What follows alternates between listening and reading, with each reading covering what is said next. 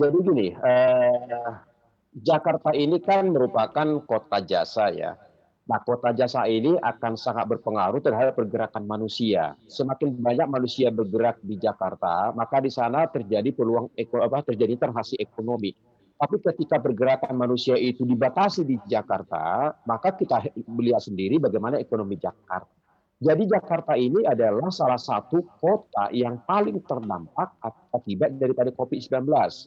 Apalagi pemerintah memberlakukan yang namanya PPKM darurat, PPKM level 4, 3, 2, 1. Jadi sangat berdampak sekali. Makanya pertumbuhan ekonomi DKI Jakarta itu sempat di minus di 10% gitu loh. Ini kan fakta. Nah, makanya dalam hal ini kita lihat bahwa banyak sekali pengusaha-pengusaha di Jakarta ini yang arus kasnya itu masih sekarat gitu. Artinya bahwa eh, momentum Natal tahun baru ini misalnya mereka itu hanya memperkuat arus kasnya supaya mereka itu mampu bertahan sampai tahun depan.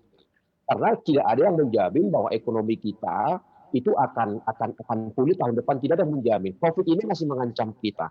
Nah, di tengah seperti ini pengusaha-pengusaha belum berpikir UMP gitu loh. Baru berpikir bagaimana mampu bertahan. Nah, sehingga memang ketika Pak Gubernur DKI Jakarta mengeluarkan SK kenaikan UMP sesuai dengan PP 36 yaitu naik sekitar 0,85%. Menurut hemat kami itu adalah sesuatu yang sudah sangat cocok dengan kondisi ekonomi kita saat ini, terutama ekonomi Jakarta.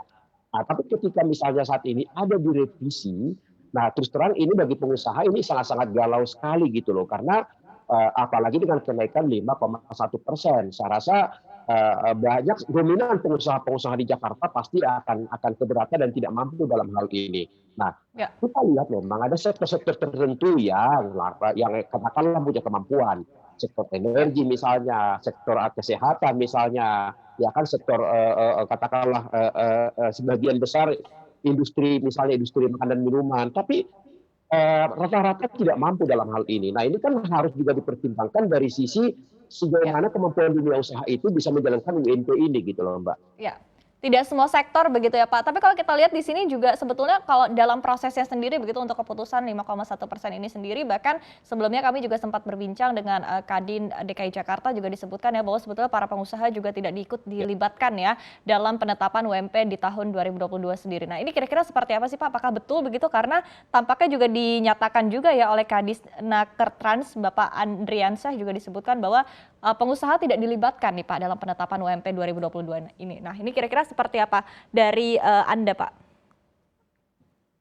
Iya, jadi sebenarnya gini ya, dalam PP 78 tahun 2015, kemudian juga PP 36 tahun 2021 tentang pengupahan, di sana tercantum bahwa gubernur dalam menetapkan UMP itu harus ada rekomendasi dari Dewan Pengupahan. Nah, Dewan Pengupahan ini adalah suatu lembaga yang dibentuk pemerintah. Nah, di sana sudah ada perwakilan daripada pekerja, sudah ada perwakilan daripada pengusaha, dan perwakilan daripada pemerintah.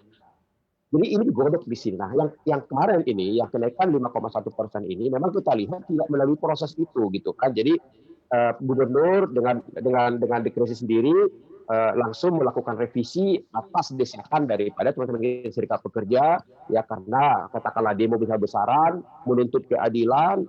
Pak Gubernur merespon itu dan menaikkan. Jadi kalau ditanya memang bahwa tidak melibatkan daripada pengusaha, ya memang tidak melalui proses di Dewan Pengupahan, karena Dewan Pengupahan inilah lembaga yang sudah dibentuk pemerintah. Disinilah digodok UMP, dan rekomendasi UMP inilah dari rekomendasi dari Dewan Pengupahan inilah yang akan disampaikan ke Gubernur. Jadi kalau ditanya apakah yang revisi ini melibatkan pengusaha, ya ini sepenuhnya menjadi kewenangan gubernur kemarin untuk menetapkan dan merevisi itu. Kalau yang pertama itu melibatkan itu, ada rekomendasi resmi dari Dewan Pengupahan kepada gubernur yang kenaikan 0,81% itu gitu. Tapi kalau yang ini tidak ada sama sekali, Mbak. Jangan lupa unduh aplikasi CNBC Indonesia di Google Play Store dan App Store untuk ikuti terus perkembangan terkini terkait berita ekonomi dan bisnis.